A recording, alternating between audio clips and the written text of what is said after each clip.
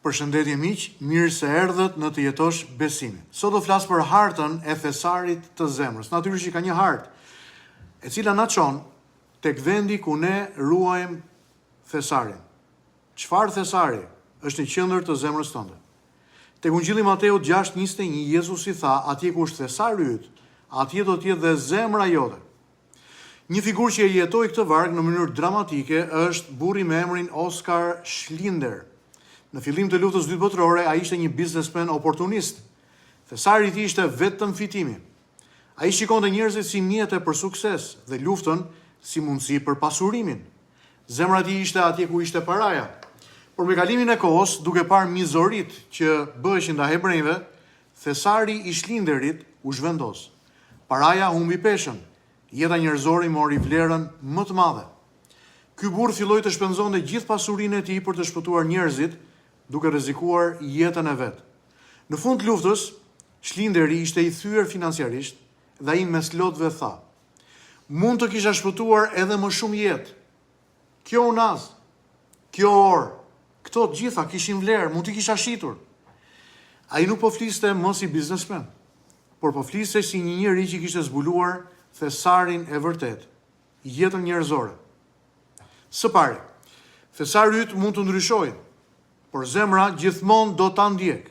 Schlinderi filloi me thesarin tek pasuria, përfundoi me thesarin tek njerëzit. Zemra e tij u zhvendos sepse thesari i tij u zhvendos. Aristoteli do thoshte jeta merr formën e qëllimit që ndjek. Pra nëse qëllimi yt është fitimi, zemra jote do të bëhet një zemër e ftohtë. Nëse qëllimi yt është dashuria, zemra jote do të mbetet e gjallë. Së dyti, parat nuk janë neutrale në dimensionin shpirtëror. Në fillim, parat e bën Schlinderin të pandjeshëm. Më pas, parat e bën mjet, pra parat u shndruan në mjet shpëtimi. Filozofi romak Seneca do të shkruante: pasuria shërbëtore e mirë, por një zonjë shumë e keqe. Kur pasuria është zonjë, zemra sklavërohet. Kur pasuria është shërbyese, zemra e njeriu çlirohet. Së treti, thesari vërtet na bën të sakrifikojmë. Kur thesari yt është vetja, sakrifica duket humbje.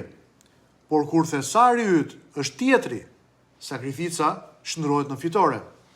Emanuel Kanti do thoshte njeriu duhet të trajtohet gjithmonë si qëllim dhe asnjëherë si një mjet. Schlinderi kaloi nga shfrytëzimi i njerëzve tek mbrojtja e tyre. Ky është transformimi i zemrës. Miq, vargu i Jezusit sot na fton të mendojmë: çfarë më motivon më fort, fitimi apo drejtësia? Çfarë jam gati të humbas për të bërë të mirën? Çfarë tregon mënyra si i përdor unë parat, kohën dhe ndikimin tim? Në familje, a janë njerëzit thesari im apo komoditeti? Në punë, a është ndershmëria më e rëndësishme se përfitimi? Në besim, a është Zoti thesari im apo thjesht siguruesi i emocioneve, i të mirave të mia? Kierkegaardi do të shkruante: pastërtia e zemrës është të duash një gjë të vetme.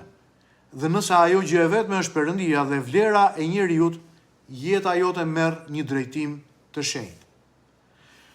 Oskar Schlinderi filloi duke ndjekur arin, mirë po përfundoi duke mbrojtur jetën. Kjo është fuqia e këtij vargu. Thesari yt nuk është i pandryshueshëm, por kur ai ndryshon, edhe zemra ndryshon. Sot Krishti të pyet: çfarë thesari po ndjek zemra jote? Sepse aty ku është thesari yt, atje do të jetë dhe identiteti yt, edhe ardhmja jote. Le të lutemi së bashku.